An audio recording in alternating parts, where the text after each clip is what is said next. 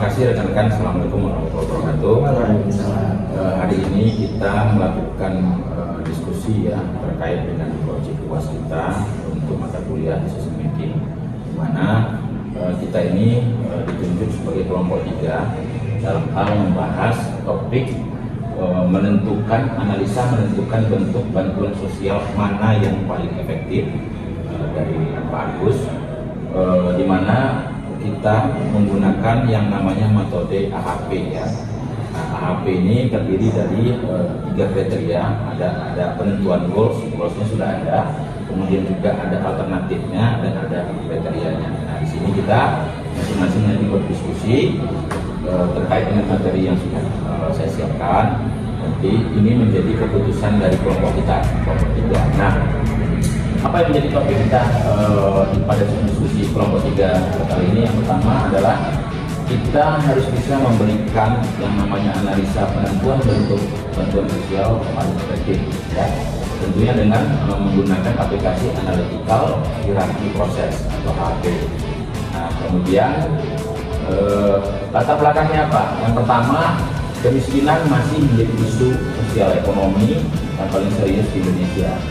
Berdasarkan data Badan Pusat Statistik tahun 2024 ini menunjukkan adanya angka puluhan juta penduduk masih berada di bawah garis kemiskinan. Kemudian ini tentu menghambat pertumbuhan ekonomi nasional dan stabilitas sosial. Nah, kemudian pemerintah telah mengalokasikan anggaran signifikan untuk berbagai program bantuan sosial atau bansos. Nah, namun keterbatasan anggaran menuntut efisiensi dan efektivitas alokasi sumber daya. Ini yang menjadi challenge bagi pemerintah. Kata-katanya yang harus kita sepakati adalah anggaran yang terbatas. Nah, kemudian pertanyaannya dari kondisi di atas sebagai latar belakang penelitian kita terkait dengan pemilihan nanti metode apa yang efektif untuk bantuan sosial dengan tujuan bisa menurunkan angka kemiskinan. Yang kita bertanya kuncinya adalah bentuk bantuan sosial manakah yang paling efektif untuk menurunkan angka kemiskinan secara sustainability, kemudian bukan hanya sekedar penyangga ekonomi sementara gitu ya. Nah, selanjutnya, nah ini dari pertanyaan itu timbul tantangan yang harus kita pecahkan. Yang pertama adalah dilema alokasi, anggarannya terbatas. Yang kedua, program yang harus kita pilih ini impact-nya secara sustainability itu harus berkelanjutan, secara dampak harus berkelanjutan ya. Yang ketiga tantangannya adalah risiko dari program yang kita pilih ya. Tentunya kita harus bisa mempertimbangkan risikonya, tingkat kebocorannya, penyalahgunaan dananya, dan ketepatan sasaran penerima. Sehingga yang terakhir, solusinya melalui metode analytical hierarchy proses ini digunakan untuk mengambil keputusan yang objektif berbasis multi kriteria, gitu ya. Nah, selanjutnya silakan Amisma, slide kedua. Ya, di slide selanjutnya ada tujuan keputusan misalnya. Kecil ini Pak, ya sumpah. Tulisan dulu.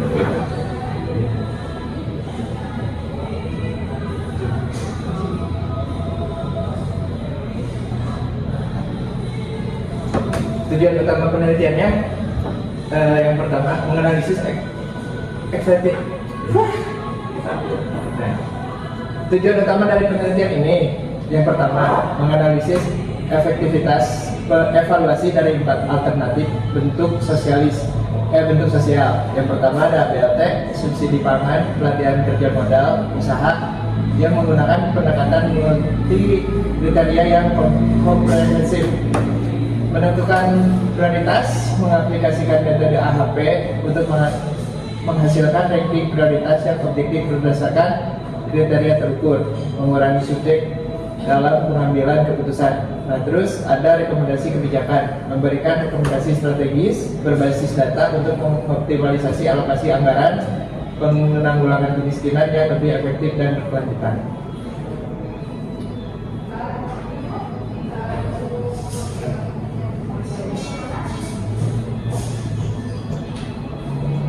Nah, terus di sini ada rumusan masalahnya. Coba Pak. Nah.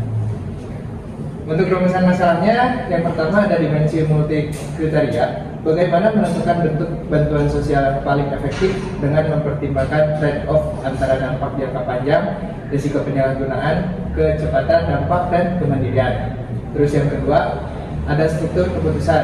Bagaimana aplikasi metode analisis hierarki proses atau AHP ini dapat membentuk pembuatan kebijakan dalam mengambil keputusan yang lebih terstruktur, konsisten, dan dapat dipertanggungjawabkan. Tiga. Untuk yang ketiga, sekarang kan Diki. Ya, selanjutnya di sini ada Kelihatan. tinjauan pusaka untuk bantuan sosial.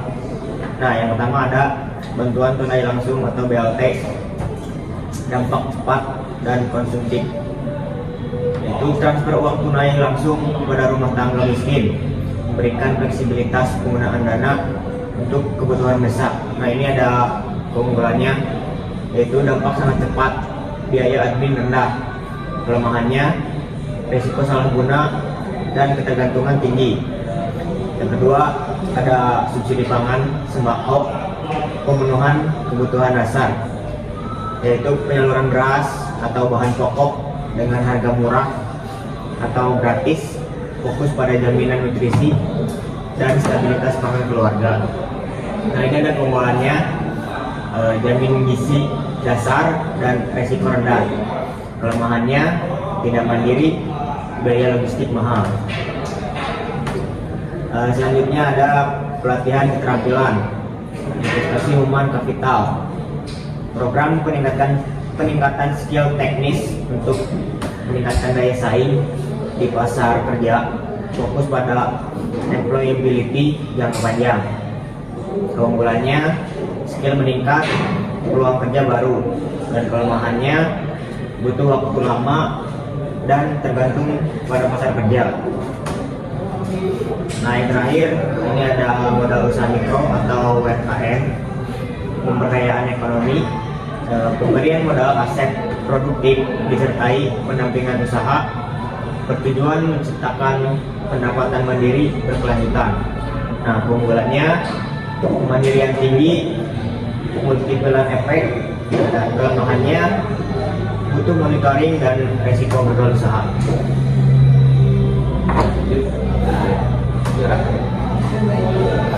Selanjutnya di sini ada metode analitik hierarki proses atau AHP. Di sini untuk goal sendiri untuk level 1 di sini ada bentuk bantuan sosial paling efektif gitu ya. Terus kemudian ada C1 nya itu dampak jangka panjangnya. Terus yang kedua ada risiko penyalahgunaan.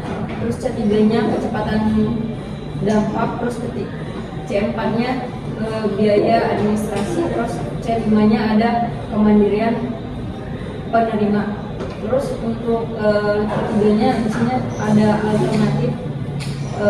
A1 nya ada BLT, terus kemudian A2 nya ada subsidi pangan, terus A3 nya ada pelatihan kerja, terus A4 nya ada modal usaha.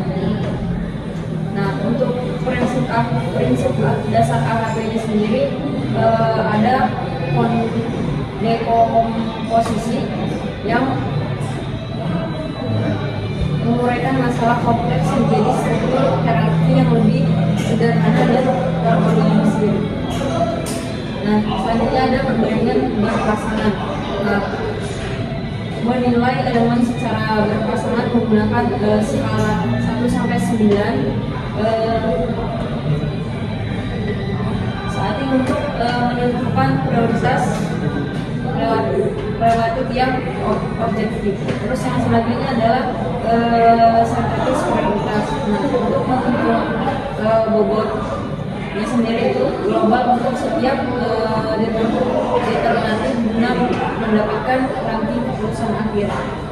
Terus yang terakhir di sini ada validitas logis. Nah, analitis hanya valid jika rasio konsistensi atau CR memenuhi syarat. Untuk CR-nya itu udah 0,10 atau 10%. Selanjutnya ada dari hasil analisis atau bonus kriteria. Di mana sini ada Bagi 4 ada kode, kriteria, bobot dan tingkat kepentingan. Di C1 ada dampak jangka panjang yang dengan bobot 40,7%, C5 kemandirian penerima ada di 31,4%, C2 risiko penyalahgunaan 11,1%, C3 kecepatan dampak ada di 4,9% dan C4 biaya administrasi di 4,9%.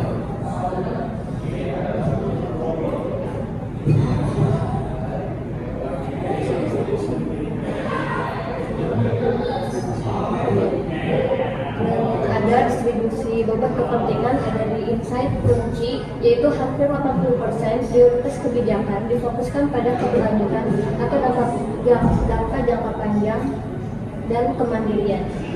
Oke, ya kan jadi mungkin ini ya dapat kita simpulkan ya sampai dengan beberapa tadi diskusi kita dari hasil analisis buku kriteria ini bahwasannya dari 5 kriteria yang mulai dari dampak, kemandirian, risiko, kecepatan, kemudian administratif yang paling tinggi bobotnya A4 ya, di posisi A4 ini itu mendominasi secara signifikan pada kriteria dengan bobot tertinggi di C1 dan C5. C1-nya tadi di 57, C5 juga di 57 ya. Nah, sementara BLT di A1-nya unggul pada kriteria kecepatan atau di posisi C3 ya, di posisi 47%. Nah, dan biaya admin itu di C4. Secara grafik visualisasi dapat kita jelaskan seperti ini ya. Ini per kriteria nih, C1-nya itu, kemudian alternatifnya di atas, kriterianya yang di bawah ya. Nah, ini kelihatan per masing-masing ya. Jadi ini juga sebagai dasar kita untuk mengambil keputusan bulat dari kelompok kita. Kenapa kita pilih sektor permodalan UMKM itu menjadi solusi untuk masalah bansos dan tujuannya menurunkan angka kemiskinan dengan analisa seperti ini. Ya. Kemudian ranking akhirnya, ya ranking akhir dari alternatif ini, maka dapat kita sampaikan skor sintesis akhirnya menggunakan AHP ini. Maka untuk modal usaha yaitu kita dapatkan angka 51,1%.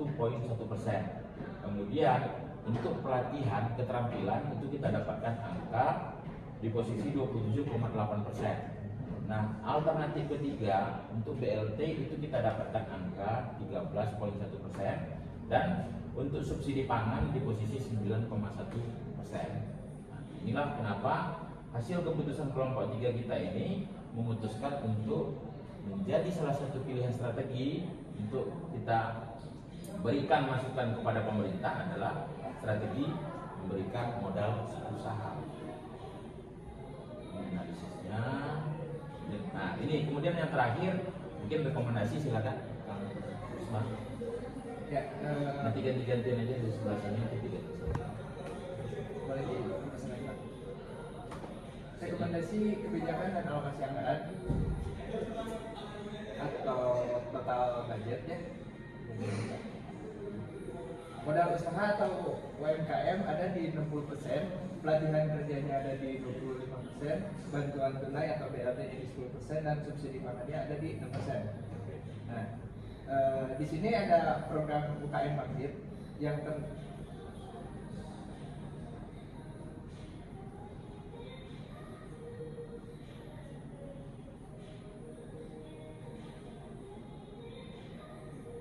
Nah, ya, di sini ada program UKM Bangkit atau yang menjadi transformasi dari bantuan ke investasi. Yang pertama ada asesmen, seleksi ketat, validasi kelayakan usaha dan perencanaan bisnis dalam jangka waktu 3 bulan. Dan terus yang kedua ada inkubasi, penyaluran modal bertahap plus pendampingan insentif dan pelatihan. Nah, itu berjarak 12 bulan. Terus yang ketiga ada ekspansi, akses pasar digital, kemitraan strategis dan scaling up itu berada di 9 bulan. Nah, terus skema pendanaannya di 30% ada dana hibah atau startup, terus di 70% yang ada pinjaman lunak atau bergulir. Nah, target kinerja KPI pertumbuhan omset itu ada di kurang lebih 100% ya. Terus pendapatan RT ada di kurang lebih 50% dan tingkat pengembaliannya kurang lebih ada di 95%. Ini sedikit aja nih bacaan ini. Selanjutnya kita di atas.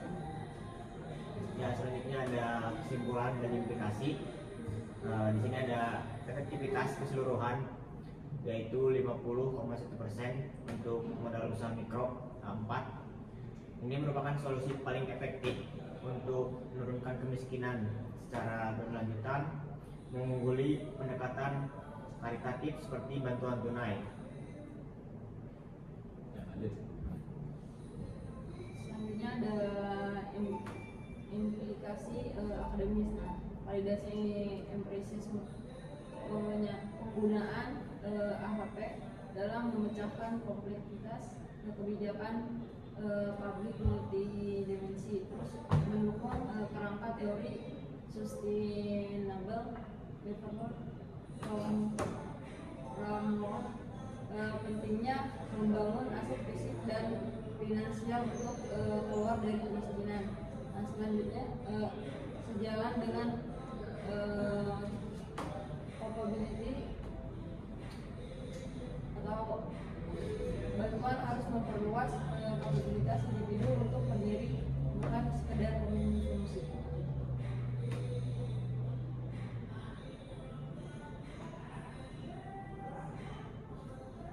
Ya, lanjut. Nah, selanjutnya ada di implikasi praktis, yaitu ada transportasi anggaran yang merupakan berdasarkan portofolio bansos dan sosial asisten BLT atau RASIN ke produktif investment atau modal dan skill. Dan ada targeting dan monitoring yang diperlukan mekanisme seleksi penerima yang lebih ketat berbasis potensi usaha, bukan hanya tingkat kemiskinan.